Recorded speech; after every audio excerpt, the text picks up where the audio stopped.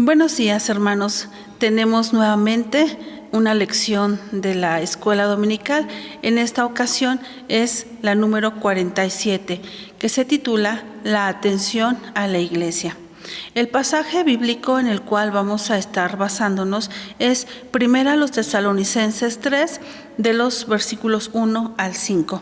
El texto áureo se encuentra en el versículo número 2.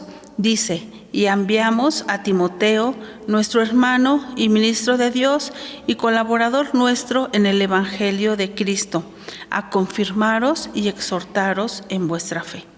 El propósito de esta lección es mostrar que Dios tiene cuidado de los recién convertidos en Tesalónica y a través del apóstol Pablo y de Timoteo provee de las atenciones necesarias para estos hermanos.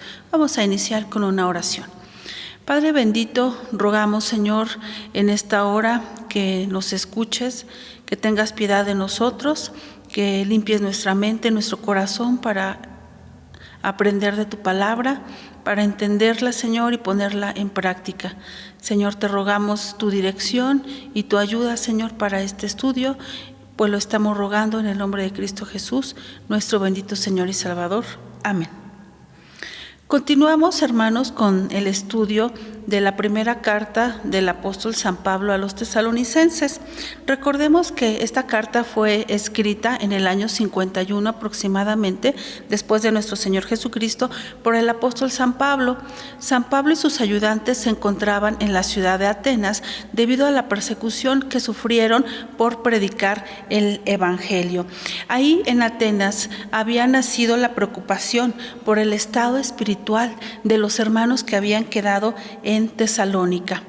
En el capítulo 2, versículos 17 y 18, se nos hace la mención de que el apóstol San Pablo ha querido visitar en varias ocasiones a los hermanos para investigar cómo están debido a los sufrimientos que habían tenido por recibir el Evangelio. Sin embargo, el diablo había estorbado en varias ocasiones para que el apóstol no fuera a verlos a aquellos lugares. Dice así este pasaje: mas nosotros, hermanos, privados de vosotros por un poco de tiempo, de vista, no de corazón, tanto más procuramos con mucho deseo ver vuestro rostro, por lo cual quisimos ir a vosotros, yo, Pablo, a la verdad, una vez y otra, mas Satanás nos embarazó. El apóstol San Pablo había deseado ver personalmente a nuestros hermanos en varias ocasiones. No le había sido posible por los estorbos que el enemigo había puesto. En este capítulo 3, el apóstol San Pablo nos narra que tuvieron que tomar una decisión muy importante él y los que estaban juntamente con él anunciando el Evangelio. El versículo número 1 inicia diciendo: por lo cual, no pudiendo esperar más, acordamos quedarnos solos en Atenas. Por lo cual, estas palabras eran en vista de una situación urgente, una situación apremiante para saber de la condición de los hermanos que habían estado en Tesalónica. Esta decisión había sido tomada al grado de separarse de sus ayudantes. Esta amistad, esta unión que sin duda tenían Pablo, Silas y Timoteo, esta unidad espiritual en el cuerpo de Cristo, este servicio juntos a nuestro Dios. Tenían que tomar esta decisión tan difícil, este acuerdo de separación y enviar a Timoteo a Tesalónica a indagar acerca de los hermanos. Este asunto había sido tomado con sabiduría y con diligencia. Ellos tenían que sufrir la ausencia de Timoteo y también se preocupaban por el viaje que iba a realizar y los peligros que esto conllevaba. Pero también anhelaba ansiosamente saber del estado espiritual de los hermanos que habían quedado en ese lugar. En el versículo número 2 vemos que nos dice: y enviamos a Timoteo, nuestro hermano y ministro de Dios y colaborador nuestro en el Evangelio de Cristo, a confirmaros y exhortaros en vuestra fe. El apóstol San Pablo presenta a Timoteo a los hermanos, y no es que no lo conocieran, sino que era necesario esta presentación que se estaba realizando. El apóstol San Pablo era un padre espiritual para Timoteo, porque su padre biológico era inconverso, era griego. Sin embargo, él había sido instruido en las Escrituras por su abuela Loida y su madre Eunice. El apóstol San Pablo tiene un gran afecto hacia Timoteo y lo llama en la primera carta a Timoteo, capítulo 1, versículo 2, verdadero hijo en la fe. Es un halago para Timoteo que el apóstol se refiriera a él como esto, como un verdadero hijo en la fe. También se refiere a él como un amado hijo en la segunda carta, capítulo 1, versículo 2, carta a Timoteo. Y también en 2 Timoteo 2:1 le dice, hijo mío.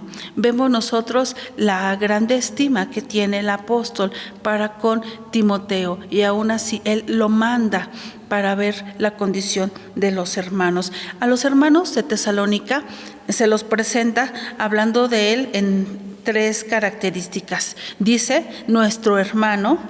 La segunda es ministro de Dios, y la tercera, colaborador nuestro en el Evangelio de Cristo. Él presenta a Timoteo como nuestro hermano.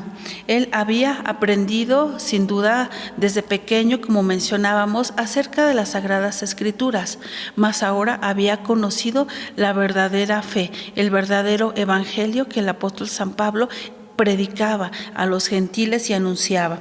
Él había sido circuncidado por el apóstol San Pablo en relación a los judíos, para que no hubiese ningún motivo para escandalizarse o avergonzarse o poner un tropiezo en el ministerio de Timoteo. También se habla de Timoteo como de fe no fingida, una fe que había sido primero en su abuela y en su madre, y que él seguramente había también incrementado al conocer la palabra de nuestro Dios en boca del apóstol San Pablo. La segunda característica, que es ministro de Dios, se refiere a que Timoteo no solo había sido escogido por el apóstol San Pablo para ser su acompañante, sino que Dios había escogido previamente a Timoteo para este ministerio. Él había sido honrado por Dios con dones espirituales, los cuales San Pablo recomienda que debería de ejercitar. También había recibido la imposición de manos por medio del apóstol, y así había llegado a ser un ministro de Dios. También se menciona como colaborador nuestro en el Evangelio de Cristo. Él había sido un joven de buen testimonio, había sido hallado idóneo para la obra de nuestro Dios, y era un colaborador del apóstol San Pablo con obediencia a Dios. Él obedecía a nuestro Dios en todo, y parte de lo que podemos ver es que él aceptó este llamado para ir con ellos a predicar el Evangelio. Había sido enviado en esta ocasión por San Pablo a los hermanos de Tesalónica con 2 fines, el de confirmar y exhortar a los hermanos. Confirmar significa dar a alguien mayor certeza o seguridad de algo, revalidar lo acordado. Confirmar es constatar, es asegurarse, comprobar, corroborar, certificar, asegurar, afirmar. Y Timoteo tenía que hacer todas estas cosas con los hermanos para que su fe fuera sólida, para que no estuvieran divagando en sus pensamientos. También era para exhortarlos en la fe de nuestro Señor Jesucristo. Exhortar es incitar a una persona con autoridad o derecho a otra a hacer o actuar de cierta forma mediante razones y ruegos. Es invitar, rogar, es suplicar, aconsejar, es también amonestar incitar y animar a alguien a llevar un acto, a realizar alguna obra. Y el enviado del apóstol San Pablo, Timoteo, era precisamente mandado para que la fe de nuestros hermanos fuera confirmada. Dice el versículo 3, para que nadie se conmueva por estas tribulaciones, porque vosotros sabéis que nosotros somos puestos para esto.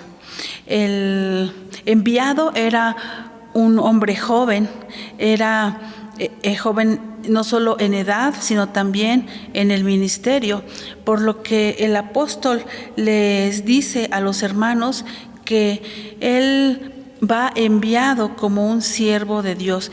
Pide respeto, pide consideración, pide obediencia al enviado para confirmarlos y exhortarlos. Él les da esa autoridad espiritual, no solamente a Timoteo, sino a todos aquellos que ha enviado posteriormente para con los hermanos, y pide esta buena acogida y esta obediencia que todo siervo de Dios merece. Dice también que este propósito de confirmar y exhortar era para que no se alterara esta fe que habían recibido de nuestro Señor Jesucristo. Conmover significa sufrir una conmoción, es causar una alteración violenta y brusca acerca de algo. Y el apóstol enviaba a Timoteo para que nadie se conmoviese, para que nadie se agitara, se alterara, se afligiera, se sacudiera, se perturbara, se afectara, para que nadie fuera movido en la fe por esas tribulaciones que habían venido como consecuencia del Evangelio, de estas congojas, penas, tormentos, persecuciones o adversidades que los cristianos sufrimos como consecuencia de recibir a nuestro Señor. Estas tribulaciones, hermanos, son necesarias en la vida del cristiano. Hechos de los Apóstoles, capítulo 14, versículo número 22, nos dice que es menester, es decir, es necesario que pasemos por muchas tribulaciones para entrar en el reino de nuestro Dios. ¿Cuál es el propósito de estas tribulaciones que estaba pasando el apóstol San Pablo, sus ayudantes y los hermanos de Tesalónica? Pues era para producir paciencia, como lo vemos en Romanos capítulo 5, versículo 3. También habían sido para producir gozo, porque muchos de ellos habían sido probados y habían sido hallados dignos de padecer por el nombre de nuestro Señor Jesucristo. También estas tribulaciones probaban la fe de nuestros hermanos. Dice Romanos 5:3, y no solo esto, más aún nos gloriamos en las tribulaciones, sabiendo que la tribulación produce paciencia. La otra cita dice así, y ellos partieron delante del concilio, gozosos de que fueran tenidos por dignos de padecer afrenta por el nombre. Esto lo dice Hechos 5, versículo 41. Y primera de Pedro 4, 14, primera parte, dice, si sois vituperados en el nombre de Cristo, sois bienaventurados. Primera de Pedro 4, 12 y 13 nos habla así, carísimos, no os maravilléis cuando sois examinados por fuego, lo cual se hace para vuestra prueba, como si alguna cosa peregrina os aconteciese. Antes bien, gozaos en que sois participantes de las aflicciones de Cristo, para que también en la revelación de su gloria os gocéis en triunfo. En Tesalónica, la iglesia es nacida con sufrimiento. Dios, en su soberana voluntad, había provisto de quienes anunciaran y predicaran el Evangelio de nuestro Dios.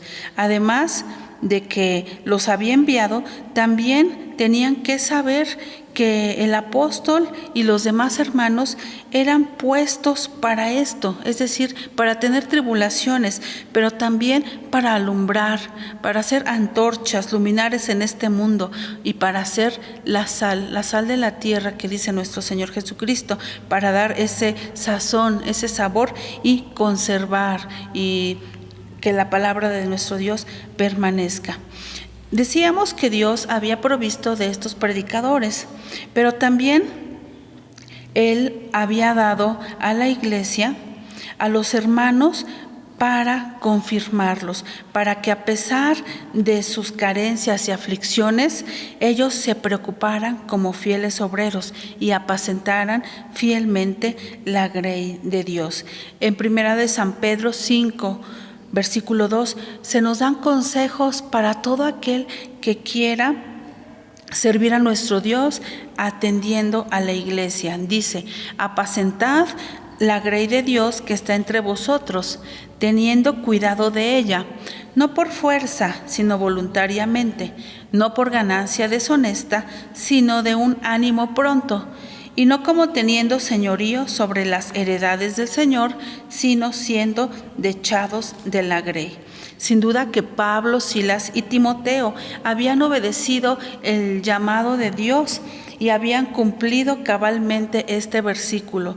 Y Timoteo había sentido también la separación, porque en otra porción de la palabra del Señor, San Pablo refiere que Timoteo había llorado, había derramado lágrimas, y sin duda esta separación también le provocaba tristeza por dejar a su padre espiritual en Atenas y regresar a confirmar a los hermanos. San Pablo y Silas también se habían quedado con esa angustia tal vez de no saber de los hermanos y de enviar a Timoteo. Recordemos que en ese entonces no había medios de comunicación tan efectivos como ahora. Tardaban días en el viaje y el saber unos de otros llevaba tiempo. Entonces todo lo ponían en las manos de nuestro Señor, confiando en que Él iba a guardar tanto a San Pablo y a Silas en Atenas, como a Timoteo en el viaje y como a los hermanos ahí en su lugar de origen. El versículo 4 nos dice que estando con vosotros os predecíamos que habíamos de pasar tribulaciones, como ha acontecido, y sabéis. San Pablo advertía a los hermanos sobre las tribulaciones, así como él las había padecido anteriormente, incluso como nuestro Señor Jesucristo también lo hizo. Estos hechos, estas tribulaciones, confirmaban la predicación del apóstol San Pablo, les daba una certeza a los hermanos para esperar, para prepararse para lo porvenir, lo cual era la venida de nuestro Señor Jesucristo, para tener esta fe. Él quería estar seguro de que la fe de ellos no fuera movida. En ese lugar había muchos judíos y muchos falsos maestros y profetas dispuestos a ser lisonjeros, es decir, a adular a los hermanos con el fin de que abandonaran la fe, de que dejaran el precioso evangelio de nuestro Señor Jesucristo. Por eso el apóstol San Pablo no tarda mucho tiempo en mandar a Timoteo con ellos para ver su estado espiritual. El versículo 5 dice: por lo cual también yo, no esperando más, he enviado a reconocer vuestra fe, no sea que os haya tentado el tentador y que nuestro trabajo haya sido en vano. Es necesario corroborar a los hermanos en la fe para dar atención a la iglesia del Señor en sus distintas pruebas y necesidades. Este ministerio de velar por la iglesia del Señor ha sido dada a hombres y mujeres que han recibido el llamado del Señor con gozo y lo deben de realizar con diligencia, y se nos da un motivo, que es porque Satanás, el enemigo de Dios, hace hasta lo imposible por afectar la obra de Dios.